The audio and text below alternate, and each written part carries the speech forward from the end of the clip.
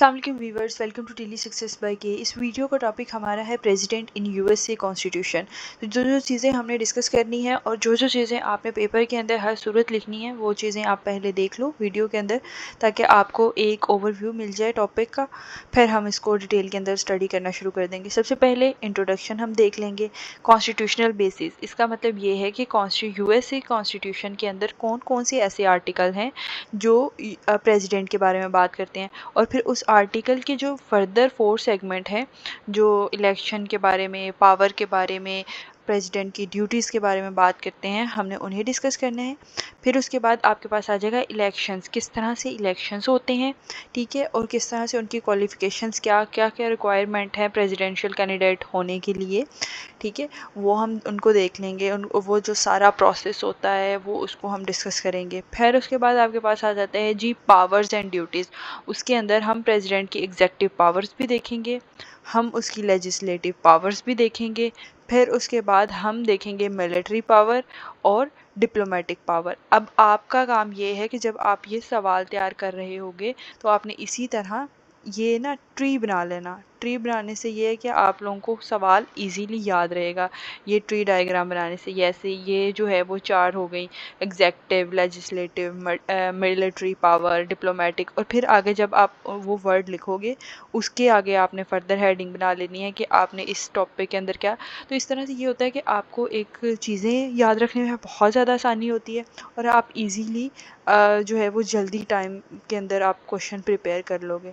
Checks and balances के बारे में कि अगर प्रेसिडेंट फॉर एग्जांपल कोई रूल है कॉन्स्टिट्यूशन के अंदर और उसको फॉलो नहीं कर रहा है, तो फिर उसके ऊपर चेक एंड बैलेंस कौन रखेगा और उसको किस तरह से रिमूव किया जा सकता है, क्या क्या अप्रूवल चाहिए होगी कि हम जो है वो प्रेसिडेंट को ऑफिस से रिमूव किया जाए। कोई ऐसी लिमिटेशंस फिर हम देखेंगे कि प्रेसिडेंशियल पावर की, जो कि 22nd जो थी अमेंडमेंट थी उसके अंदर ये हमने देखा है ना, यूएसए कॉन्स्टिट्यूशन की हिस्ट्री के अंदर के डिफरेंट अमेंडमेंट्स हुई थी। तो 22nd के अंदर इसकी टर्म लिमिट भी चेंज हो गई थी, जो कि 2 टर्म लिमिट हो गई थी, ठीक है, वो हम देख लेंगे।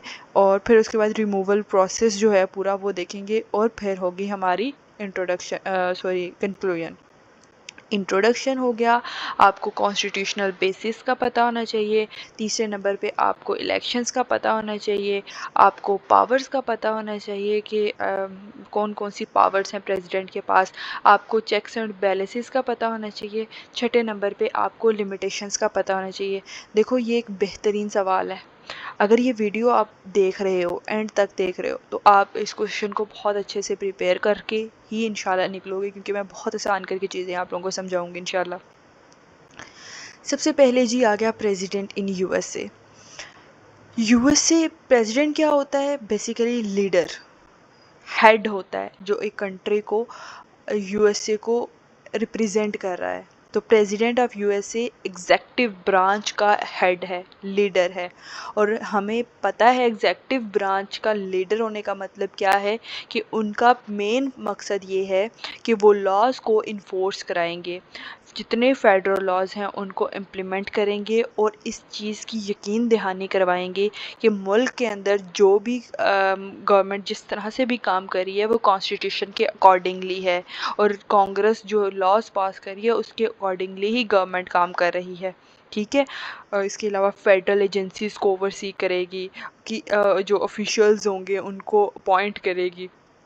ये सारे काम प्रेसिडेंट के होते हैं। तो आपने क्या लिखना है कि president basically is the leader of the adjective branch. Executive branch का लीडर है, और जो कि उसका मेन काम क्या है कि उन्होंने फेडरल लॉज को इन्फोर्स कराना है, और इस चीज़ की यकीन दहानी इंश्योर कराना है कि कंट्री की जो गवर्नमेंट है वो कॉन्स्टिट्यूशन के अकॉर्डिंगली ही चल रही है, और जो जो लॉज जो कांग्रेस पास कर रही है उसके अकॉर्डिंगली ही चल रही है, ठीक है। ये आपने सिर्फ इसी तरह अपनी वर्डिंग के अंदर लिख दोगे तो ये बेहतरीन है। अगर हम इम्पोर्टेंस की बात करें तो बहुत इम्पोर्टेंट रोल प्ले करता है, क्योंकि कंट्री को उसकी डायरेक्शन दिखाएगा। लीडर का काम क्या होता है? उसने डायरेक्शन बतानी होती है, एक बहुत अहम अहम डिसीजंस करने होते हैं, इकोनॉमिक पॉलिसीज़ बनानी होती हैं, और मुल्क का जो हेड होता है उसी ने आगे इंटरनेशनल अफेयर्स, दुनिया के अंदर क्या चीज़ किस तरह से किसके साथ कौन सी ट्रेड करनी है, किसके साथ डिप्लोमेटिक रिलेशंस अच्छे रखने हैं। तो यही चीज़ इस बात की अहमियत शो करती है कि प्रेसिडेंट की एक फेडरल गवर्नमेंट सिस्टम के अंदर क्या इम्पोर्टेंस है। सही हो गया? जो बातें मैंने आपको बताई हैं उनको नोट डाउन कर लीजिए और उनको सेम वैसे ही लिखिएगा। फिर उसके बाद है कॉन्स्टिट्यूशनल बेसिस। अच्छा, कॉन्स्टिट्यूशनल बेसिस पहले ही आ रहा है ना मेरे से, एक जो है वो हेडिंग मिक्स भी हो गई है, वो मैं आपको समझा दूंगी, उसी तरह आपने अपनी वर्डिंग के अंदर लिख लेनी है। अच्छा, नेक्स्ट है आपका कॉन्स्टिट्यूशनल बेसिस। इसका मतलब ये है कि हम देखेंगे कॉन्स्टिट्यूशन के अंदर कौन सा ऐसा आर्टिकल है जो प्रेसिडेंट की पावर्स के बारे में या रिस्पॉन्सिबिलिटी के बारे में या फिर स्ट्रक्चर के बारे में बात कर रहा है। तो वो है यूएसए के अंदर आर्टिकल नंबर 2। अब आर्टिकल नंबर जो 2 है उसके डिफरेंट सेगमेंट्स हैं, जो मैंने आपको ऊपर समझाया है उसी तरह आपने इसको जहन में रखना है। जैसे आर्टिकल 2 आप इसको लिखोगे, यहाँ से पॉइंटर के साथ सही नहीं लिखा जा रहा, लेकिन आप इसको नेट करके पेज पे लिखोगे, और फिर उसके बाद आप लिखोगे सेक्शन 1, सेक्शन 2, फिर उसके बाद इसी तरह आप लिखोगे सेक्शन 3 और सेक्शन 4, और फिर आप लिखोगे कि सेक्शन 1 किस चीज़ को कवर कर रहा है। अब हम वो चीज़ें डिस्कस करेंगे। मैं इसको हाइलाइटर से हाईलाइट कर देती हूँ। सेक्शन 1, अब सेक्शन 1 आपका प्रेसिडेंसी को के बारे में बात कर रहा है, जिसके अंदर क्या क्या बातें हुई हैं कि प्रेसिडेंट और वाइस प्रेसिडेंट के लिए एक ऑफिस होगा। फिर इसी के अंदर सारी डिटेलिंग में मेथड के बारे में बात की है कि किस तरह से प्रेसिडेंट को इलेक्ट किया जाएगा, जो कि होता है इलेक्टोरल कॉलेज के थ्रू। हम इलेक्टोरल कॉलेज को नेक्स्ट हेडिंग के अंदर डिटेल के अंदर डिस्कस करेंगे, अगर आपको इस चीज़ का नहीं पता है। इसी सेक्शन के अंदर बात हुई है कि क्वालिफ़िकेशन क्या होगी अगर कोई प्रेसिडेंट बनना चाह रहा है। मतलब एक है कि वो यूएसए का सिटीज़न ही होना चाहिए, 35 ईयर ओल्ड कम अज़ कम होना चाहिए, ठीक है। स्टेट द प्रेसिडेंशियल टर्म, यानी कि वो कितनी देर तक जो है वो प्रेसिडेंशियल टर्म उसकी होगी, ठीक है। और फिर जब कोई ऑफिस के अंदर आएगा, कोई प्रेसिडेंट बनेगा, तो वो फिर वो कहते हैं ना वो अहद लेगा, ठीक है, ओथ लेगा, ठीक है। हलफ हमारी ज़ुबान के अंदर जिस तरह कहते हैं कि I solemnly swear I affirm that I will faithfully execute the office of President of the US and will to the best of my ability preserve, protect and defend the Constitution of the USA। ठीक है, हमने पहला section. अब आपने क्या करना है, ज़्यादा ये सारी बातें याद रखने की ज़रूरत नहीं है। जो आप शॉर्ट नोट्स बना रहे हो उसके अंदर सेक्शन 1 के नीचे लिख दो प्रेसिडेंसी, ताकि आपको याद रहे कि सेक्शन 1 जो है वो आपका किस रिलेटेड बात कर रहा है, प्रेसिडेंसी के related. Section 2 powers of the president से रिलेटेड है कि उनके पास कौन कौन सी पावर होगी। एक तो वो commander in chief of the armed force है, जिसका मतलब ये हुआ कि वो आर्मी को भी आर्मी के जितने ऑपरेशंस हैं उनको भी देख रहे होंगे। उसके अलावा वो हेड ऑफ़ एग्जेक्टिव डिपार्टमेंट हैं, ठीक है। दूसरा, फिर उसके बाद जो है प्रेसिडेंट का ही ये काम है कि वो ट्रीटीज़ साइन करेगा या फिर इंटरनेशनल जो भी ताल्लुकात हैं उनके अंदर डिप्लोमेटिक रिलेशंस जो है वो परफॉर्म करेगा। ये पावर्स में आ रहा है प्रेसिडेंट के। फिर उसके बाद हमारे पास तीसरे सेक्शन के अंदर बात हुई है कि प्रेसिडेंट की ड्यूटीज़ के बारे में। सेक्शन नंबर 3 बात करता है ड्यूटीज़ के बारे में, ठीक है, कि requires the president to give Congress information on the state of the union and recommend necessary and expedient measures, grants the president the power to convey both house of Congress on extraordinary occasions, ठीक है। Ambassadors को receive करेगा, public ministers को receive उनके साथ मिलेगा, ठीक है। इंश्योर करेगा कि जो जितने भी लॉज हैं जो कांग्रेस ने पास किए हैं या फिर जो कॉन्स्टिट्यूशन के अंदर मौजूद हैं वो फेथफुली एग्जीक्यूट हो रहे हैं कि नहीं हो रहे, ठीक है। फिर सेक्शन नंबर 4 आपके पास आ जाता है, वो आपके पास बात करता है impeachment. In case vice president या फिर प्रेसिडेंट या फिर कोई भी सिविल ऑफिसर यूएस का, उसको रिमूव किया जा सकता है अगर उसने कोई गद्दारी की है। तो गद्दारी या फिर कोई ऐसा क्राइम या कोई ऐसी चीज़ जो यूएसए के लिए ख़राब है या फिर उनके लॉज के अकॉर्डिंग नहीं है, तो फिर ये होगा कि उनको रिमूव किया जा सकता है। सही है। ये आपके 3 सेक्शन थे, 4 सेक्शन थे। पहला सेक्शन नंबर 1 प्रेसिडेंसी के बारे में बात की, दूसरे में पावर्स के बारे में बात की। इस तरह आप फिंगर टिप्स पे याद कर लो ना, प्रेसिडेंसी होगी section number 1, section number 2 powers की बात कर रहा है, सेक्शन नंबर 3 ड्यूटीज़ की बात कर रहा है, सेक्शन नंबर 3 बात कर रहा है इम्पीचमेंट की यानी रिमूवल की, कि किस केस के अंदर रिमूवल होगी। ठीक है, सही हो गई, यहाँ तक आपको समझ आ गई है। अब था इलेक्टोरल कॉलेज वाला, वो यहाँ से हेडिंग मिस हो गई भी है और डायरेक्टली मैंने 4 ऐड की हुई है, मैं आपको समझा देती हूँ। ये है आपकी थर्ड वन जिसके अंदर इलेक्शंस की बात हुई हुई है। अब इलेक्शंस को ना ज़रा गौर से सुनना है आप लोगों ने, मैं कोशिश करूँगी मैक्सिमम सिंपल वर्डिंग में आपको समझा सकूँ। इलेक्शंस, यार इसका ये सीन होता है कि टोटल जो इलेक्टोरल कॉलेज के थ्रू जो है, एक बेसिकली ना ये सिस्टम है जिसके थ्रू यूएसए का प्रेसिडेंट इलेक्ट होता है। होता ये है कि टोटल 538 मेंबर्स होते हैं इलेक्टोरल कॉलेज के, ठीक है, और इसमें से जीतने के लिए कितने नंबर आपको चाहिए होते हैं? 270। किसी भी प्रेसिडेंट को जीतने के लिए उसमें से 270 या फिर इससे ज़्यादा की सीट्स जो हैं वो आपको रिक्वायर्ड होती हैं। यहाँ पर हम एग्जांपल एक लेके चलते हैं 2020 यूएसए इलेक्शन की, डोनाल्ड ट्रंप की, ठीक है, जो कि रिपब्लिकन, और जो बाइडन डेमोक्रेटिक पार्टी। ठीक है, हम इन दोनों के जो है वो लेके चलते हैं एग्जांपल। होता ये है कि यूएसए के अंदर इलेक्शंस इस तरह से होते हैं कि डिफरेंट स्टेट्स हैं, जैसे 50 स्टेट्स हैं, ठीक है, हर स्टेट के अपने अपने, हमने पिछले ही कांग्रेस के अंदर जब हमने पढ़ा है तो हाउस ऑफ रिप्रेजेंटेटिव में अपने रिप्रेजेंटेटिव होते हैं, अपने उनके जो है वो सेनेट तो सबके सेम होते हैं, लेकिन हाउस ऑफ रिप्रेजेंटेटिव उनकी पॉपुलेशन की बेस के ऊपर होते हैं।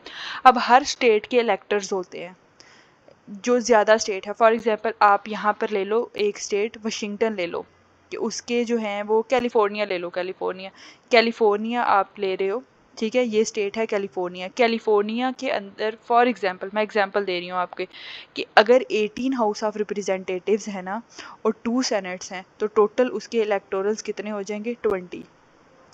ठीक है, इसी तरह कैलिफोर्निया की अगर हम बात करें तो कैलिफोर्निया के इलेक्टोरल्स जो हैं वो 55 हैं। अगर हम व्योमिंग की बात करें तो 3 इलेक्टर्स हैं बेस्ड ऑन देयर पॉपुलेशन, जितने उनके होंगे। अब वो क्या करते हैं, अवाम ये करती है कि ये इलेक्टोरल्स जो ये 20 इलेक्टर्स हैं ना, और यहाँ पर आप इमेजिन कर लें ये सारी अवाम है, अवाम इन इलेक्टर्स को वोट देगी अपनी मर्ज़ी का, ठीक है, और फिर जब वो इन इलेक्टर्स को वोट देगी, ये इलेक्टर्स इलेक्टोरल कॉलेज के थ्रू आगे प्रेसिडेंट के लिए वोट देंगे, और इस तरह से प्रेसिडेंट जो है वो सिलेक्ट होते हैं। फॉर एग्जांपल एक स्टेट के हैं 58 इलेक्टर्स, ठीक है, 55 या 58 इलेक्टर्स हैं। अब यहाँ की आवाम ने जो है वो वोट दिया है, वोट देना चाह रही है वो जो बाइडन को, तो वो वहाँ पे वो इलेक्टर्स जो बाइडन की डेमोक्रेटिक पार्टी ने चूज़ किए हैं उनको जाके वोट देंगे, ठीक है, और बेसिकली जब वो उनको वोट देंगे और आगे फिर इलेक्शंस के थ्रू वो इलेक्टर्स जो हैं वो आगे जाके जो बाइडन को वोट देंगे, और फिर जिसने 270 वोट लिए हों या फिर इससे ज़्यादा लिए हों वो प्रेसिडेंट के लिए इलेक्ट हो जाता है। ये आपका था इलेक्शंस और इलेक्टोरल वाला, आपको इजी वे में समझा दिया है। बाकी अगर आपके पास कोई बुक वगैरह है तो वहाँ से आप ये रीड आउट कर लीजिएगा, मैंने आपको सिंपलेस्ट वर्डिंग के अंदर ये इलेक्शंस आपको बता दिए हैं। अभी हम चलते हैं नेक्स्ट की तरफ, जो कि है पावर्स एंड ड्यूटीज़। पावर्स हमने बात की, अब इसकी पहले पावर्स का मैं आपको हाईलाइट कर दूं, वो भी आप इसी तरह फ्री डायग्राम बना के पढ़ने की कोशिश करिएगा ताकि आपके लिए इजी रहे। हम देखेंगे एग्जेक्टिव पावर्स, फिर उसके बाद हम देखेंगे लेजिस्लेटिव पावर्स क्या हैं प्रेसिडेंट के पास, फिर हम उनके बाद देखेंगे मिलिट्री पावर्स, फिर उसके बाद हम देख लेंगे डिप्लोमेटिक पावर्स, फिर आपके पास आ जाएगा नेक्स्ट चेक्स एंड बैलेंसेस। ये आपके पास 4 पावर्स हैं जो हमने अभी के अभी डिस्कस करनी है। सबसे पहली जो है वो है एग्जेक्टिव पावर, यानी फेडरल लॉज को इन्फोर्स कराया जाएगा और उन्हें एग्जीक्यूट कराया जाएगा, एग्जेक्टिव ऑर्डर्स को इशू किया जाएगा। जितने भी फेडरल ऑफिशियल्स हैं उनको अपॉइंट किया जाएगा, जैसे जजेस हो गए, कैबिनेट मेंबर्स हो गए, एम्बेसडर हो गए, पब्लिक मिनिस्टर्स हो गए। अब लेजिस्लेटिव पावर ये होगी कि फॉर एग्जांपल एक लॉ कांग्रेस ने पास किया है तो प्रेसिडेंट के पास ये अथॉरिटी होती है कि वो उन लॉ को वीटो कर सकती है। वो क्या करेंगे, प्रेसिडेंट के पास एक बिल आया, प्रेसिडेंट ने उसको रिजेक्ट कर दिया, वीटो कर दिया, दोबारा कांग्रेस में भेज दिया अपनी रीज़न के साथ।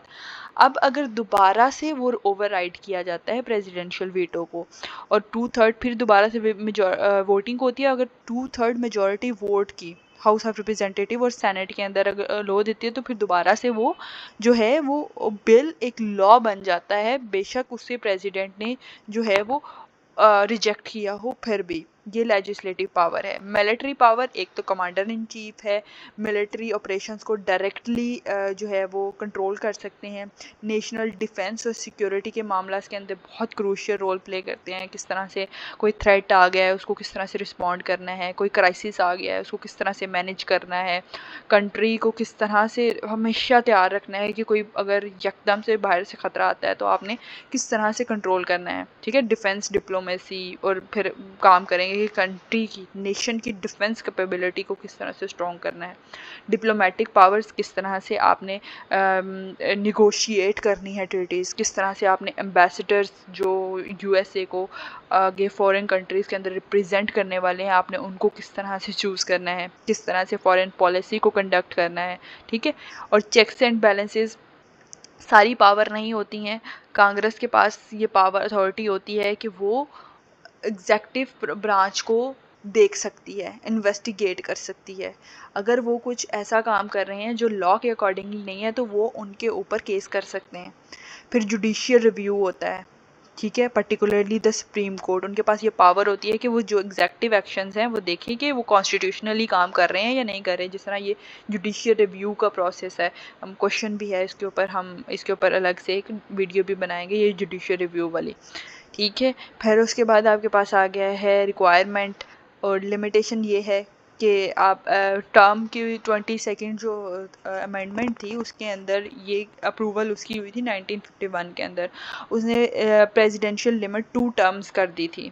ठीक है, पहले 4 टर्म थी और पहले आई गेस पता नहीं, लेकिन अभी फिर उसके बाद जो है वो 2 टर्म जो थी ये हो गई थी। The second amendment to the USA constitution ratified in 1951 limits the president to 2 terms in office.